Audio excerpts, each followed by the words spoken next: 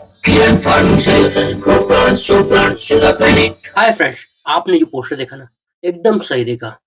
क्योंकि हमें भी कोई भी एक पेस्टिसाइड कंटिन्यू अपनी क्रॉप्स, अपनी फसलों, अपने पेड़ पौधों, अपने बागानों में नहीं यूज करना चाहिए। इससे बहुत ज़्यादा इफेक्ट पड़ता है हमारी फसलों, हमारे क्रॉप्स, हमारे बागानों पर।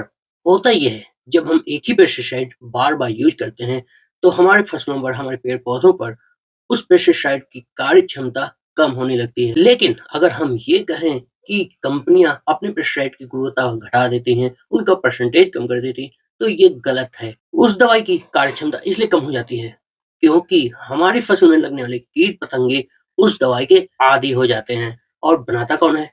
हम बनाते हैं। फ्रेंड्स, आपने इतिहास में पढ़ा होगा, सुना होगा विष कन्या और विष पुरुषों के बारे में। और वो कैसे बनते हैं आप जानते हैं।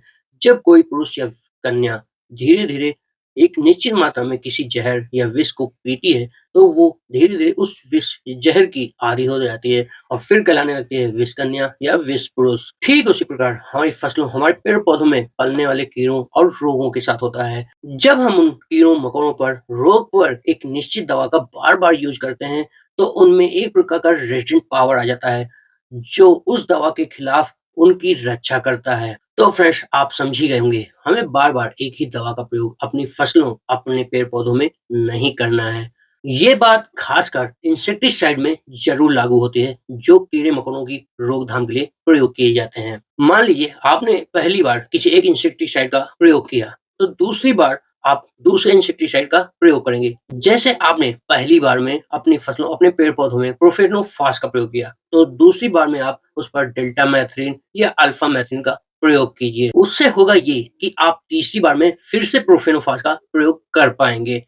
और इसी तरह अगर आपने किसी फंजीसाइड में जैसे मैंकोजेब प्लस कार्बेंडाजिम का प्रयोग किया, तो दूसरी बार उसे आप चेंज कर दीजिए, उसमें कॉपर डाल दीजिए या फिर टेबुकोनाज़ोल डाल दीजिए, कोई एक दूसरा फंजीसाइड डालिए, जिसे तीसरी बार में फिर से आप कार्बेंडाजिम प्लस मैंकोजेब प्रयोग कर पाएँगे। और चौथी बार में इसे फिर से चेंज कर दीजिए, क्योंकि इंसेक्टिसाइड में बहुत ब्रॉड रेंज है और फंजीसाइड में भी बहुत ब्रॉड रेंज है। आप अपनी फसलों, आप अपने पेड़-पौधों के लिए कई सारी दवाइयाँ चूज़ कर सकते हैं। फ्रेंड्स, लेकिन आप तीसरे छिड़काव को भी अगर बदलना चाहें, तो बदल सकते हैं, क्योंकि मैंने बताया कि इंसेक्टिसाइड और फंजीसाइड में बहुत ब्रॉड रेंज है।